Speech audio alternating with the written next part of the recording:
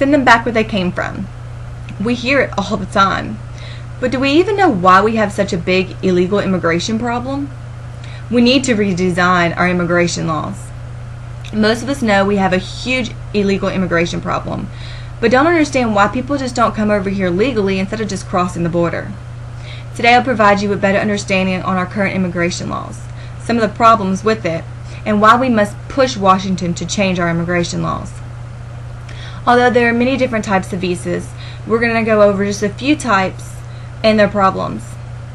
According to H1Base.com, the U.S. only gives out 85,000 visas a year. Although this number might seem very high, it is actually really low compared to the different types of visas that are being offered. Now we will go over a couple of visas that I think that are most important, that needs the most changes first. The first and most important, I think, is work visas. A person can apply for a work visa only if they have an employer to sponsor them. The employer will pay $3,000 to $5,000 per applicant. Once and if it's approved and the applicant is able to come over here, the employer will be responsible for that applicant. According to the current controversies of illegal immigration, the U.S. work laws do not apply for a work visa, for people here on work visa. Therefore, the employer/sponsor is able to work that person as many hours as they want and don't even have to pay them minimum wage since they're not required to. Doesn't that sound like a legal form of slavery? It does to me. The second most important is student visas. A student can apply for a student visa 1 to 2 years prior to graduation, but must first be approved by a U.S. school. Once they're over here and they finish their degree, they have 3 days to report back to their country unless they can find an employer to sponsor them or join our U.S. military, according to the U.S. Immigration Made Easy 15th edition. For example, I have a friend of mine who her and her husband were both here on student visas. They met in school, got married, and soon after had a baby. The baby was born with many health problems and was born without a lower jaw. The wife had to quit school in order to take care of the baby since no daycare would accept her, since she has to eat through a feeding tube. Now the U.S. government is giving them 6 months to either find an employer sponsor or to join our U.S. military, or both parents will be deported back to Mexico. The baby will have to stay here since Mexico does not have the medical supplies and doctors that the baby will need. So the baby will have to go into foster care. Do you see something wrong with that picture? We're deporting parents because they can't get a visa, and we're putting another child in foster care. Like we need another child in a foster care system. So that's the second visa. Let's go over the third one.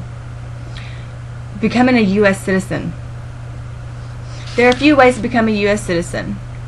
The applicant must first be here at least 5 years with a good citizen status, becoming a U.S. citizen 4th edition. Be married to a U.S. citizen for at least 3 years, fiancé marriage visa 5th edition, or join our military. According to the Immigration Handbook, every applicant must take a written and spoken English test. Each English test costs $5,000. If the applicant fails the test, they have to repay that $5,000 in order to retake the test. They can take the test as many times possible, but each time they're required to pay that additional $5,000. No wonder why we have people jumping over the border. I don't even have $5,000. Today I've given you a few problems with our immigration laws. There are many, many more. But we can't fix these problems unless we secure our borders first. Once those borders are secure, we need to redesign our immigration laws. So I ask you, do you know someone here on visa? I encourage you to go to them, ask them their story about what they did to come over here on visa, or if they come over here to be a U.S. citizen. Ask them to tell them your story. I've heard so many horror stories about our immigration laws that it makes my stomach turn. We're the United States of America. Is this what we stand for? Legal slavery? Sending parents with a special needs child back to Mexico because they can't find an employer to sponsor them? What does this say for our country? The United States is the land of the free, but only if you can make it through the first 5 years. It's time to stand up to our government and demand that them change our immigration laws. We don't stand for slavery. We are the home of the free. Please join me in this fight to change our immigration laws. Write your congressman, your senator, your governor. Get involved. We can change this country together, one step at a time.